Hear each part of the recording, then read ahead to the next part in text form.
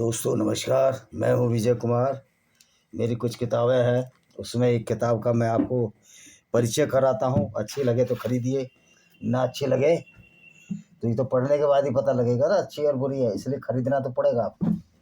और जब खरीदोगे तभी आपको समझ में आएगी कौन सी किताब है।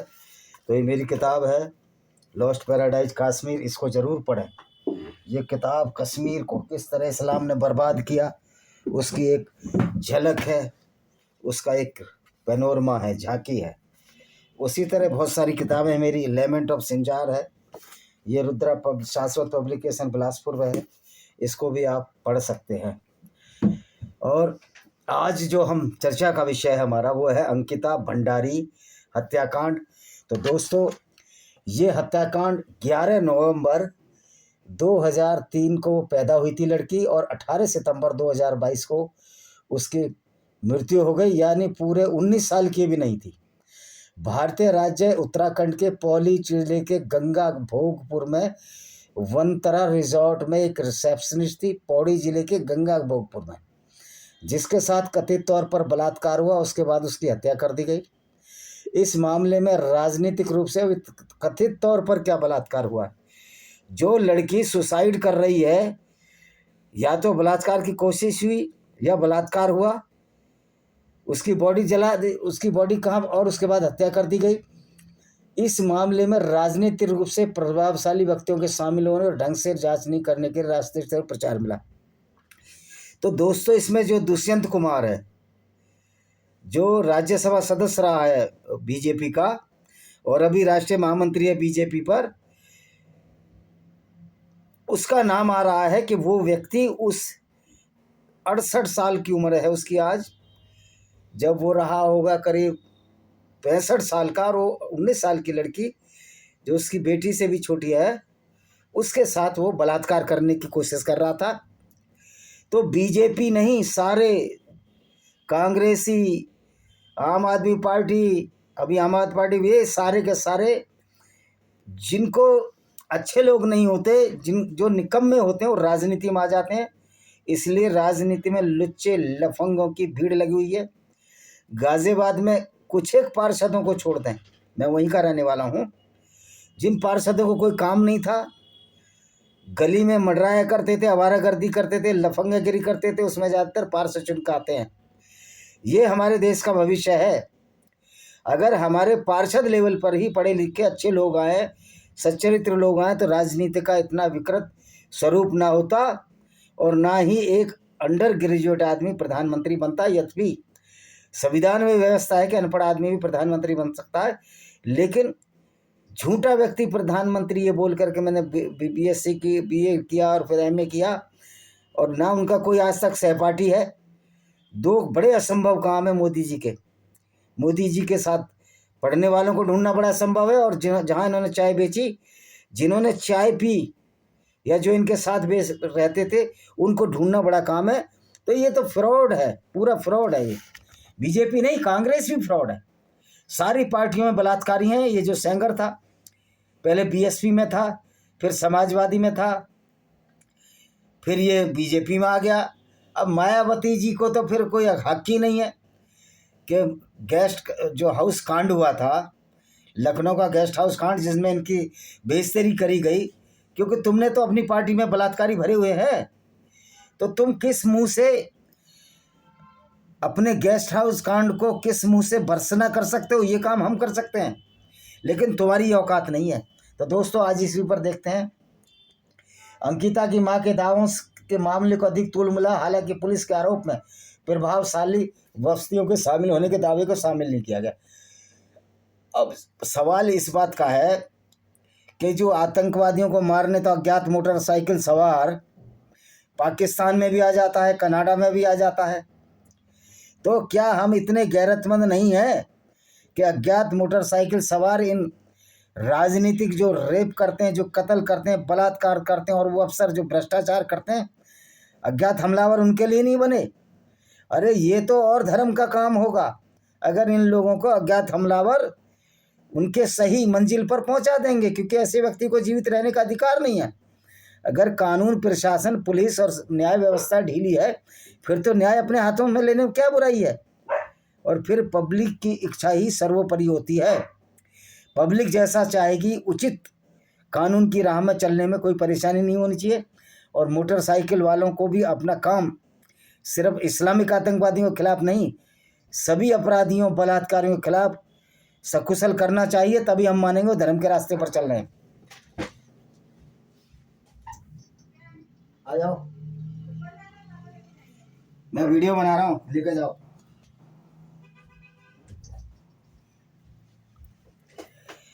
चाहिए तो आज ये तो मेरा संदेश था। तो इस मामले में प्रमुख अभियुक्त आर्य था और रिजॉर्ट के सहायक मालिक था अंकित गुप्ता सहायक प्रबंधक, और सौरभ भास्कर रिजॉर्ट के प्रबंधक हत्या की बात कबूल कर ली है, जिन पर अपना हत्या के आरोप में मुकदमा चल रहा है और जेल में भी है।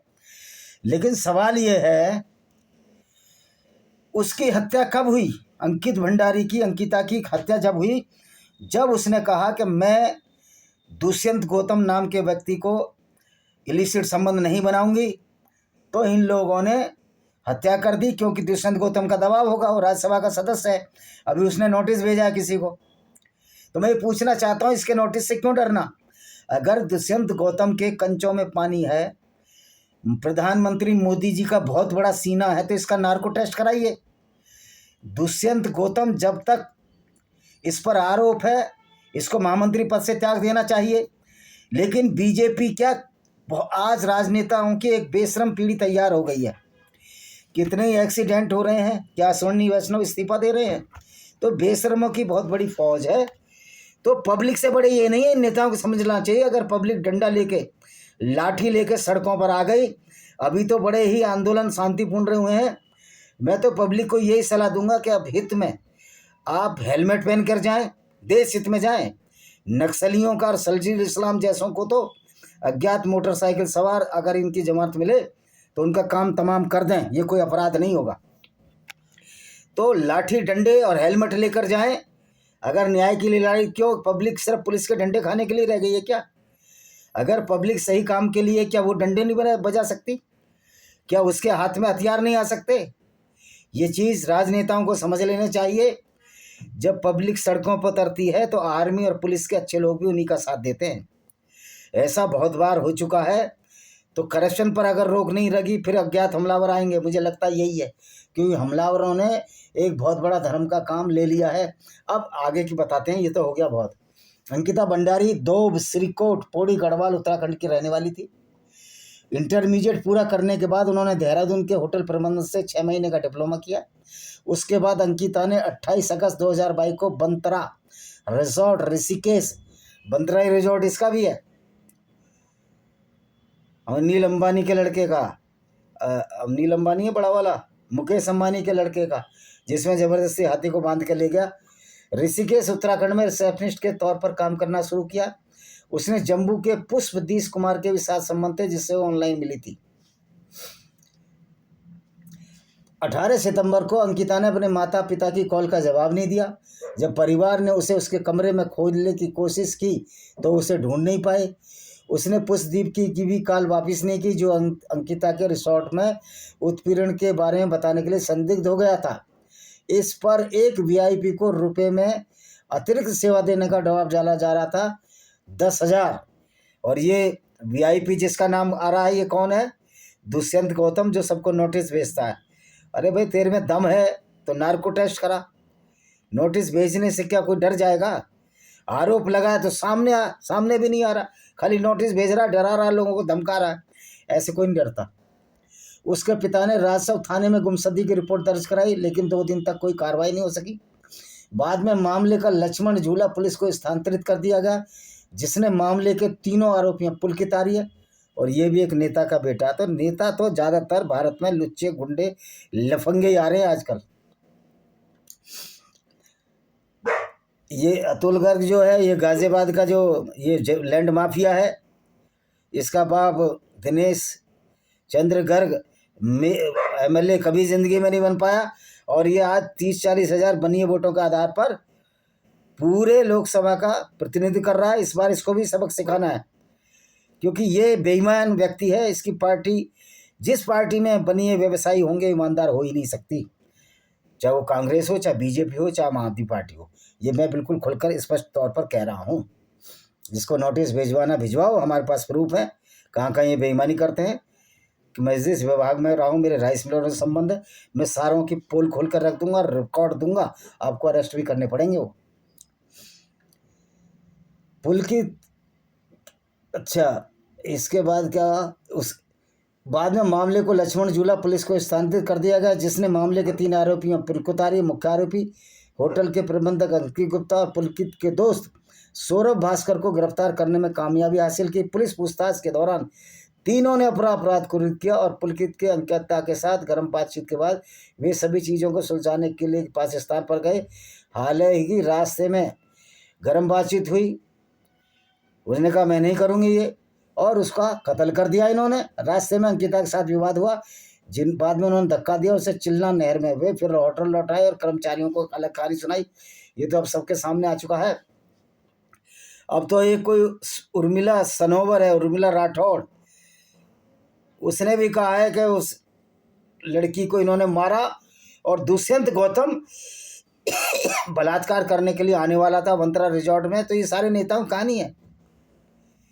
ये नेता इतने गंदे होते हैं, अगर इनका सही करेक्टर मालूम करना तो वैश्यालय में जाकर मालूम कर लीजिए। इनकी व्यथा वो वैश्याएं बता देंगी आपको, उससे ज़्यादा मैं कुछ नहीं कहूँगा। अज्ञात व्यक्तियों द्वारा उसी रात रिसोर्ट पर बुलडोजर चला दिया गया, उसमें आग लगा दी गई। ये तो बहुत ही अच्छा हुआ। भारी क्षति हुई। प्रारंभ में इसे सरकार द्वारा त्वरित न्याय के रूप में उपलब्ध किया, लेकिन बाद में डीएम ने इस मामले में सरकार की भागीदारी से इनकार कर दिया। अंकिता का परिवार पोस्टमार्टम रिपोर्ट से संतुष्ट नहीं था। ये फॉरेंसिक में भी तो गड़बड़ हो जाती है भाई, मैं तो साइंस का विद्यार्थी हूँ, कैसे गड़बड़ की जाती है सब हमको मालूम है। उसने कहा जब पुलिस द्वारा अंतिम ऑटोप्सी रिपोर्ट सार्वजनिक नहीं की जाती तब तक उसका अंतिम संस्कार नहीं करेंगे। उन्होंने प्रशासन पर रिसोर्ट में बुलडोजर चलाकर से नष्ट करने का भी आरोप लगाया। हालांकि स्थानीय प्रशासन उत्तराखंड के मुख्यमंत्री पुष्कर धामी की कई अपीलों को बेहद अंकिता का परिवार अंतिम संस्कार करने के लिए तैयार हो गया। घटना को दुर्भाग्यपूर्ण बताते हुए धामी ने परिवार को आश्वासन दिया कि मुकदमे की सुनवाई फास्ट ट्रैक कोर्ट में होगी और आरोपी को सख्त सजा दी जाएगी। 25 सितंबर 2022 को अंकिता का अंतिम संस्कार उसके परिवार वालों ने श्रीनगर के एनआईटी घाट पर किया। समाधि स्थल पर काफ़ी संख्या में लोगों की भीड़ रही। तीरथ सिंह रावत सांसद, उत्तराखंड के पूर्व मुख्यमंत्री, बद्रीनाथ के कांग्रेस विधायक राजीव सिंह भट्टाचार्य, राज्य के प्रमुख राजनेताओं को उनकी मृत्यु पर शोक व्यक्त किया और परिवार के लिए मदद का हाथ बढ़ा ही करते हैं पॉलिटिक्स। मैं तो यही कहना चाहता हूँ पब्लिक को, आप बीजेपी के कार्यकर्ता रहो या आम आदमी पार्टी के कार्यकर्ता रहो या कांग्रेस के कार्यकर्ता रहो, जब इस तरह की हरकत आपके बड़े नेता करें उनको जूते और चप्पलों से मारो। ऐसा ना हो कि बाद में फिर लोगों को सड़क पर आकर इनको पीटना पड़े। तो ये कार्यकर्ता घर का मामला घर पे निपटा लें और इनकी हरकतों को रोकें। ये कार्यकर्ताओं का फर्ज है। वोटर तो गुलाम नहीं है इनका, वोटर तो अपने हिसाब से सिर्फ वोटों में सबक नहीं सिखाएगा। जब ये किसी का मानसिक और शारीरिक उत्पन्न कर सकते हैं तो पब्लिक के अधिकार के हम ऐसे लोगों को सड़क पर आकर पीटें जो अपराधी हैं, देशद्रोही हैं। और इस कानून और प्रशासन तो लचर हो चुका, लुंज पुंज हो चुका है। ये बिके हुए लोग हैं, ये कुछ नहीं कर सकते। भारत में एक अब जन क्रांति की जरूरत है और वो होकर रहेगी। उसमें सभी ईमानदार राजनीतिक, ईमानदार नौकरशाह, ईमानदार पब्लिक के लोग एक होंगे। उसमें पार्टी का कोई बात ही नहीं रहेगी और जो गुंडे बदमाश हैं उनको लतियाया जाएगा जिस तरह नेपाल में लतियाया गया। अच्छा जी, उसके बाद है 25 सितंबर 2022 को अंकिता का अंतिम संस्कार श्रीनगर में कर दिया गया। पुलिस ने मामले की जांच के लिए एसआईटी का गठन किया था। हालांकि सोशल मीडिया पर स्थानीय लोगों के समूह और पीड़िता के पिता ने सीबीआई द्वारा जांच सुनिश्चित करने के लिए उच्च न्यायालय का रुख किया। दिसंबर 2022 में पुलिस ने तीनों आरोपियों के खिलाफ 50 पन्नों की चार्जशीट दाखिल की। मामले की जांच क्रम में 22 सितंबर को अंकिता भंडारी के पिता ने मीडिया को बताया कि रिसोर्ट पर जेसीबी चलाने वाले चालक दीपक ने एडीजे कोटद्वार कोर्ट में बयान दिए हैं। उसे जेसीबी चलाने के लिए रामेश्वर भाजपा एमएलए रेणु बिष्ट और एसडीएम ने कहा था। आप बताओ ये कितनी नालायक भाजपा एमएलए है रेणु बिष्ट। ये भी एक औरत है, यानी कि ये तो सुपर खां से भी खराब है। ये तो त्रिजटा नाम की राक्षसी से भी खराब है, जिसके संरक्षण में सीता रही।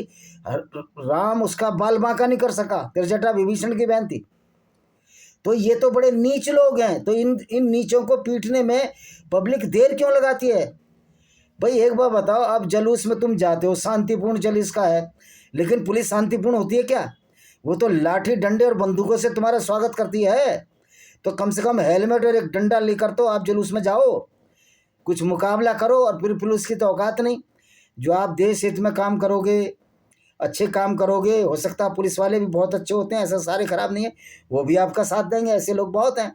सेना भी आपका साथ देगी, लेकिन सेना को इंटरफियर कर लेना चाहिए, राजनीतिकों को जेल में डाल देना चाहिए। यहाँ तो पाकिस्तान की तरह मिलिट्री रूल हो जाए, ज़्यादा फायदा है, क्योंकि अभिनेता तो भ्रष्टाचार की सीमा पार कर चुके हैं और पब्लिक गूंगी बहरी असहाय होकर देख रही है। भाई अब तुम मर तो वैसे ही रहे हो।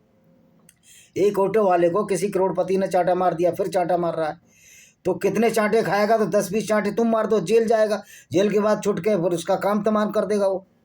तो डरने वाले कभी भी कामयाब नहीं होते। कि हम बच्चों के लिए डर रहे हैं, तो वो तो क्या उसके बच्चे नहीं है दुष्यंत गौतम के? उसको तो डर नहीं लगा। इन गुंडे बदमाशों के बच्चे नहीं होते, इनको तो डर नहीं लगता। तो फिर सटे साठम समाचार गीता में क्या कहा गया है? फिर तुम गीता का उपदेश मानते नहीं और श्री कृष्ण के तुम भगत बनते हो। और ये छिछोरापन के राधिका और गोपियाँ नाचती थी, ये सब 19वीं सदी में लिखे गए हैं। कहीं रामायण और महाभारत में है कि उसके साथ गोपियाँ थी श्री कृष्ण के साथ? तो निकम्मे लोगों ने हमारे धर्म का स्वरूप भी विकृत किया है और इसी की आड़ में बलात्कार भी बढ़े हैं। और जितने भी पाखंडी बाबा हैं, इनसे दूर रहो। ये नीच प्रवृत्ति के लोग हैं, अनपढ़ गंवार लोग हैं, ढोंगी और पाखंडी हैं।